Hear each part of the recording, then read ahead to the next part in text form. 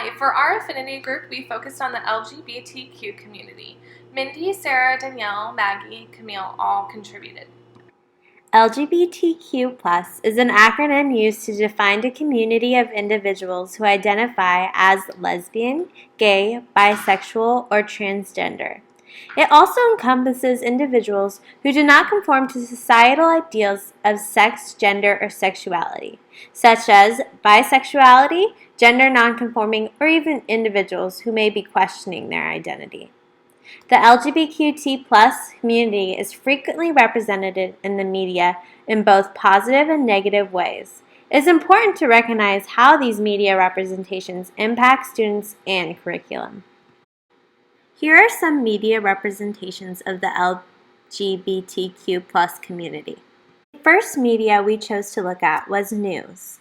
This is a news article called Controversial Sex Education Framework for California Approved Despite Protests by Colin Shelby in the LA Times.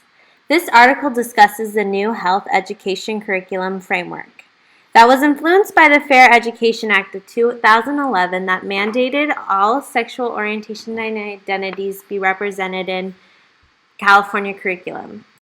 It is important to note that this Healthcare Act is not a mandated curriculum, but it gives students and teachers a framework to navigate hard discussions in an age-appropriate way.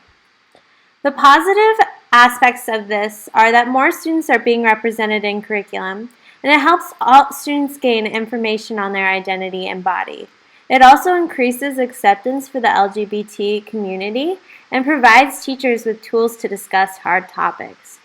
But showing this reaction to the new health education curriculum shows that protests reflect that parents and religious groups claim that this curriculum is not age appropriate and undermines religious values.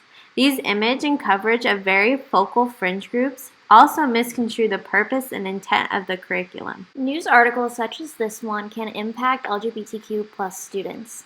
These can show the community pieces of what is happening in education that impacts our students, and individuals that read these news articles might see a glimpse from the news and they'll draw conclusions about the LGBTQ+ community. In relating to our text readings, Gay states that teachers should promote educational equity and excellence and should create a learning community of students from different backgrounds. This article shows the promotion of a more inclusive environment in schools by representing the LGBTQ+ community. This past year, Kevin Hart received backlash from tweets from over 10 years ago. This reveals how the tolerance of this type of language has changed. This type of language perpetuates a connotation of being gay as bad, and it uses gay and homo as slurs, which affects how we think of these groups. Relating to Kevin Hart's social media backlash, social media can impact LGBTQ+ students.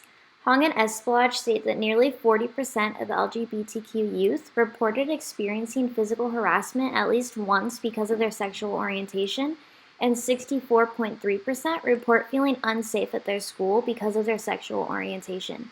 They also state that aggressive social climates, such as the ones exhibited in this tweet, contribute to an increase in homophobic bullying. Students may be bullied through social media as more and more people begin to have access to sites such as Twitter and Instagram. TLC's I Am Jazz is a reality TV show that follows the everyday life and major milestones of trans teen Jazz Jennings. It is currently in its 6th season and has received the GLAAD Media Award, which recognizes and honors media for their fair, accurate, and inclusive representations of the lesbian, gay, bisexual, transgender, and queer community and the issues that affect their lives. This TV show is an example of how media can influence LGBTQ+ students. Ornstein and Hunkins discuss how other-directed people become sensitized to others through peers and mass media. This is shown when people watch TV and other shows and become sensitized to what is happening in these TV shows. TV shows such as this one can increase visibility of this group to society, and increase in exposing people to humanizing media allows individuals to develop empathy and understanding for people who are different than themselves. In 2018, Rob Sanders wrote a children's picture book titled Pride The Story of Harvey Milk and the Rainbow Flag. This story is about the life of Harvey Milk, the first openly gay person to hold a public office in California, as well as the creation of the Pride flag and other historical events. This book discusses a prominent historical figure as well as other events that involve the LGBTQ community in a way that is easy for young children to understand. It promotes acceptance, understanding, and equality in a very positive way, and that all individuals are deserving of these things. One way this book can be implemented in the classroom is through social studies lessons. As this book pertains to historical events, it falls in line with various social studies standards, and it can be included within the social studies curriculum at varying grade levels. Additionally, the book could also be read aloud to the students, and while a read aloud may be less structured than a lesson, a read aloud provides for a lower anxiety environment for students to gain knowledge. By listening to the story, students can easily and actively engage with the content and learn more about LGBTQ history. In doing all of this, the students will be able to learn about academic content and also learn how to become more empathetic, caring individuals. Ornstein and Hunkin suggest that teachers build a classroom culture. These authors suggest that teachers adopt moral character as a matter of priority and make it a goal to implement a program in which students are taught responsibility for their actions and the worth of values. The following are our recommendations and activities for the classroom. Regardless of whether or not any students specifically come from a same-sex parent household, there's a certainty that not all of the students will come from traditional nuclear families, which consist of one female mother, one male father, and their biological children of the same race. As a society, we have moved far away from this idea and proved that gender roles and heteronormative relationships are not what makes a family. Instead, families may include grandparents, aunts and uncles, cousins, single-parent households, co-parents, step-parents, and children, half-siblings, fostered and adopted children. Our first recommendation is to have every student bring in a family photo to hang proudly in the classroom in order to celebrate students' families. Have a discussion on diverse family structures and what it means to be family. Seeing these differences up close and in person allows students to be able to feel a sense of security and belongingness in the classroom. Although most children's books don't explicitly discuss heterosexual relationships and marriage, an overwhelming majority of books that do involve human relationships are stereotypical and non-inclusive of all types of identities. Instead, many children's books reinforce notions of gender stereotypes. In order to change the NOL curriculum regarding gender and sexual identity, our second recommendation is for teachers to supplement their classroom libraries with books that include more diverse gender identities, sexual identities, and family structures.